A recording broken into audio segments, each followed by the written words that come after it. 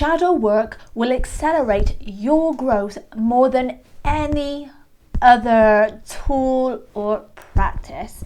And this video is the ultimate guide to shadow work for beginners. And at the end of this video, I'll be sharing with you some benefits to shadow work and what shadow work practices that you can actually do. Let's dive in. So firstly, what is shadow work? What is this work that we're told we have to do in order to become the best versions of ourselves? Well, shadow work is actually doing inner work, becoming introspective and really getting to know yourself on a deep subconscious level, because our shadow is part of our unconscious awareness and in our subconscious. And if you're still new to this and you want to know what the shadow is, check out this video here. And this video, it talks about what the shadow self actually is, and I dive deep into this concept and what actually the shadow is not. So when it comes to doing shadow work, it's about addressing that shadow aspect of ourselves, these darker sides of ourselves that we pushed away, repressed because we've associated shame. So this is where we do the belief work, because our beliefs about ourselves can be on autopilot in the shadow because we're not aware of it. This can be behavior patterns, inner child wounds, parts of ourselves that would actually benefit ourselves from embodying that version of yourselves. And what we need to do is illuminate the shadow.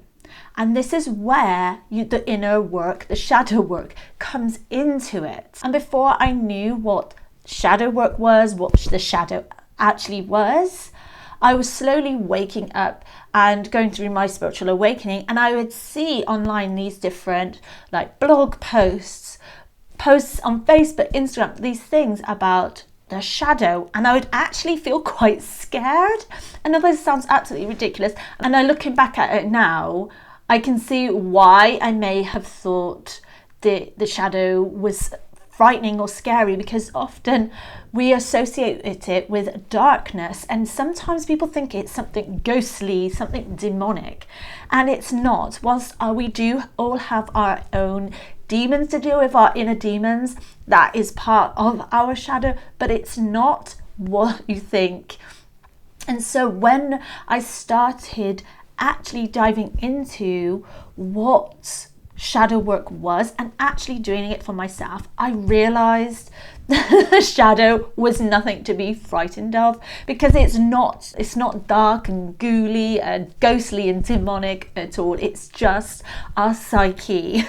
It's those parts of ourselves that we've shut away, and doing the shadow work helps to uncover those by accepting those parts of ourselves, shining the light on those parts of ourselves, and ultimately loving those parts of ourselves, so then we can become back into wholeness. So we have different aspects of ourselves that are in the shadow, and all these aspects have its own needs, own wants and desires. And when we are doing shadow work, we can uncover those different aspects of ourselves that have become fragmented. And when we do shadow work, we do that inner work to identify some of these aspects. We're able to illuminate them and then embody them, accept them and love them, because we are aware of these different aspects of ourselves. By doing this, we are integrating. This is what it means by integrating the shadow. When we accept it and embody that in our daily lives, maybe have stronger boundaries, you're more confident, you allow yourself to express emotions, you transmute and transcend different emotional pains and behavior patterns that no longer serve you. You can really uncover a lot from your subconscious mind from doing shadow work. And we can never really know the true self and accomplish self-realization without doing shadow work. We have to accept every part of ourselves, which I know can be hard because for so long we've associated shame with it. So when we are doing shadow work, what we are doing is actually confronting those parts of ourselves. We're confronting the guilt, the shame, the emotional pain that we've associated with that part of ourselves. So say, for example, here right now, when you were a child, you really loved singing. You sung your heart out, and then one day, a parent, a teacher, somebody said to you, "You're not good at singing, and you should get a real job," particularly if you've said you want to be a singer when you grow up, and your parents just really put you down and said, "How dare you have that dream, because that doesn't bring food on the table, that's not successful, because you don't get a lot of money, it's not business orientated, it's not a professional job." So what happens is then you shrink that part of your light, you shrink that down into darkness, and you associate it with some kind of shame that you shouldn't be like that. You should be this professional academic that needs some well-paid, wealthy job, like some doctor or scientist, and then you'll feel accepted. So then you shut away that singer in your shadow. And then what we do then is, when we're doing the shadow work, we confront that shame or guilt or whatever emotion we may have associated with shutting that part of ourselves away. We confront that by feeling it, processing it, but just becoming aware of it is one of the biggest steps to do. Or it could be anything else, like confronting an anxiety that you've been holding on to because you associated with something fearful when you was growing up. So when you confront that, there's no more hiding from yourself, there's no bypassing it, and you get to know yourself on a deeper level. Then you release those fears, those anxieties, those emotions and behavior patterns that have been playing on autopilot or get triggered. The shadow gets triggered because you see your shadow in other people. So you get annoyed by other people, you get triggered by other people, because they're always reflecting back to you your inner world, your shadow. And an example of this was, say for example, you comment on people's weight a lot. You act very judgmental when you see somebody gaining loads of weight, or they've lost loads of weight, or you just make comments about weight in general to the other person, whether that's on TV, face-to-face, friends, family. But what this is actually you're projecting your own insecurities and you're seeing your shadow in somebody else. And it's that version of yourself that feels very insecure about their weight.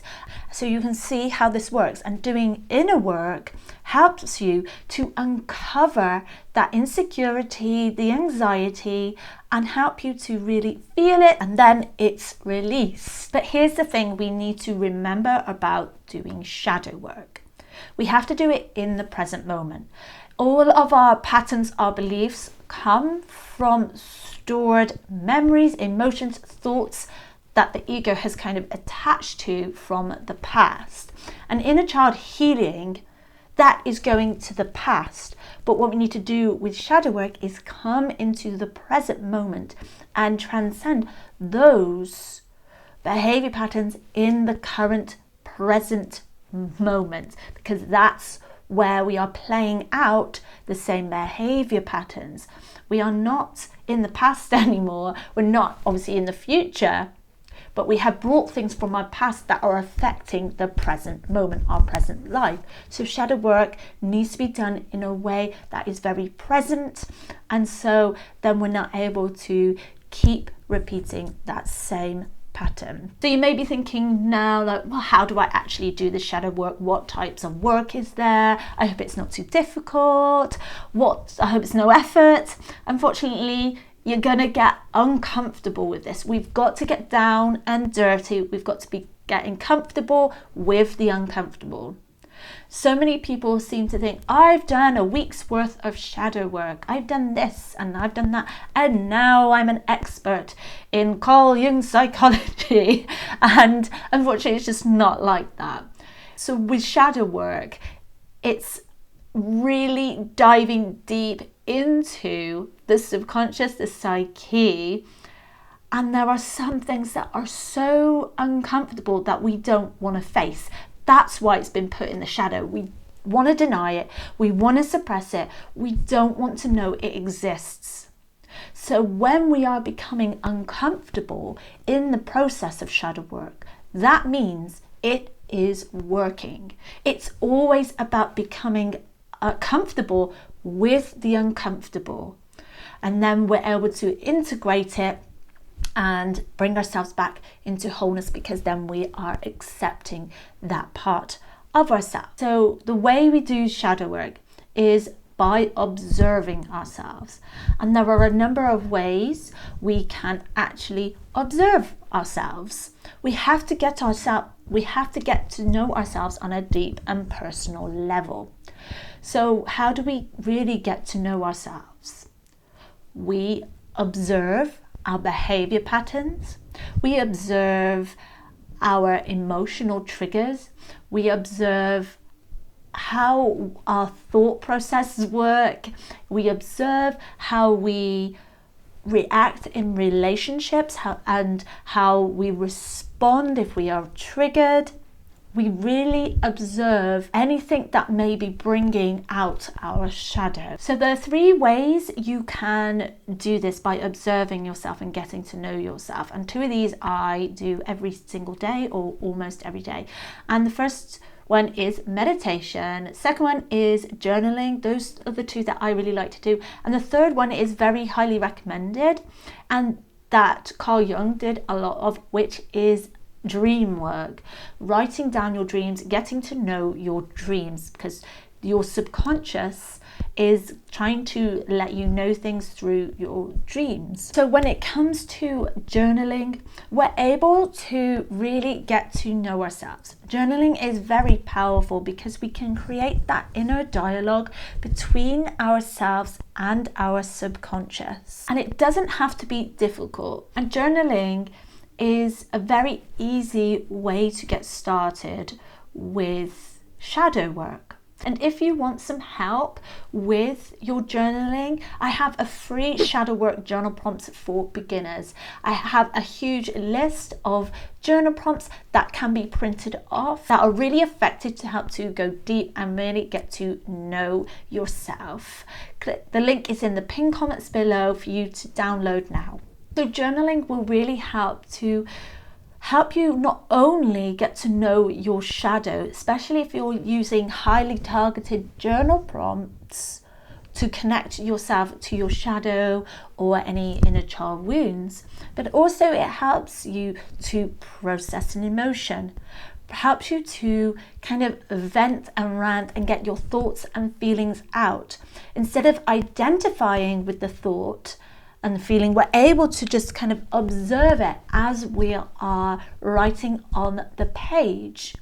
So then we're able to not become attached and rather just allow the writing and the words to flow. So meditating is a really another good way to observe yourself, get to know your thoughts and the feelings that may arise when you're in meditation.